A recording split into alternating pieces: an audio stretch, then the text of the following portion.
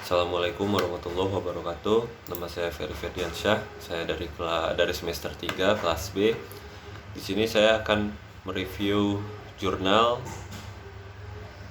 tugas pertemuan kedua dengan dosen pengampuh Ibu Profesor Dr. Hajah Heni Nurhaini SHMH beserta asisten dosennya Bapak Dr. Randy Aridhayadi SHMH.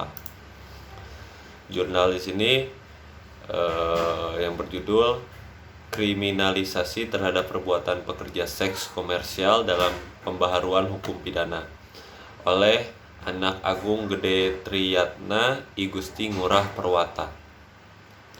Hukum pidana Indonesia sampai dengan saat ini masih menggunakan produk peninggalan Belanda yaitu KUHP, sehingga adanya perbuatan pidana yang belum diatur dalam KUHP, salah satunya dalam bentuk tindak pidana kesusilaan.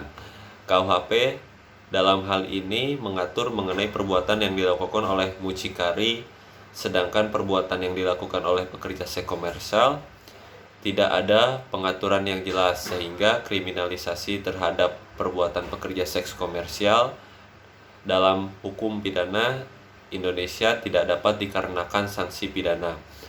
Di masa mendatang, pembaharuan hukum pidana terus dilakukan untuk mengatur secara jelas mengenai kriminalisasi terhadap perbuatan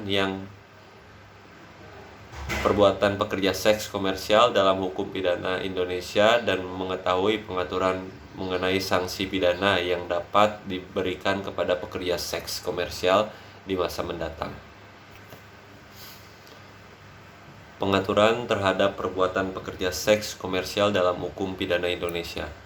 Kemunculan para PSK atau biasa disebut sebagai wanita tuna susila sendiri di dalam lingkungan kita sering dikatakan sebagai penyakit masyarakat, karena hal ini tentu saja merupakan salah satu bentuk dari pelacuran yang di dalamnya termasuk salah satunya yaitu mucikari sebagai perantara.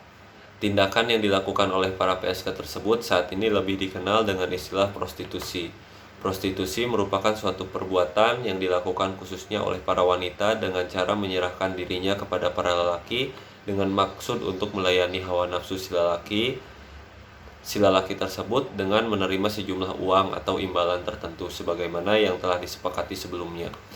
Tindakan prostitusi ini tentu menjadi perbincangan yang hangat di kalangan masyarakat, karena bukan hanya dilakukan oleh para masyarakat kelas ke bawah yang tidak memiliki pendidikan yang cukup untuk mendapatkan pekerjaan yang layak, melainkan juga para masyarakat yang memiliki pendidikan tinggi juga dapat terjerumus di dalam tindakan prostitusi tersebut.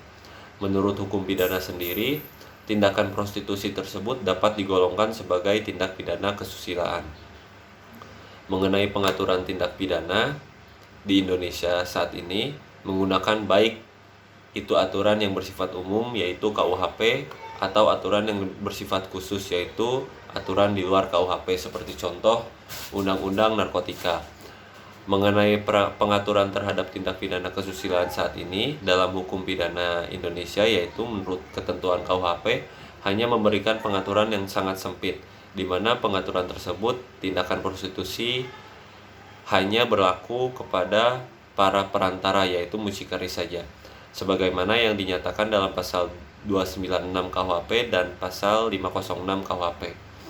Dalam pasal tersebut hanya menegaskan mengenai seseorang yang sebagai mucikari saja yang dapat dipertanggungjawabkan dan dapat dipidana. Sedangkan bagi para PSK sendiri tidak terdapatnya pengaturan yang jelas dalam KUHP karena tidak adanya pasal yang mengatur kriminalisasi terhadap perbuatan PSK.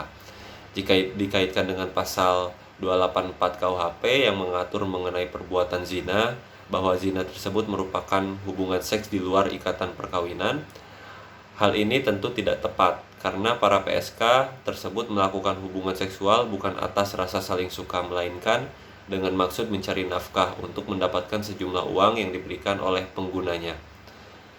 Dan mereka tidak mengetahui latar belakang dari pengguna jasa mereka karena apakah sudah menikah atau belum menikah. Sekian review dari saya. Wassalamualaikum warahmatullahi wabarakatuh.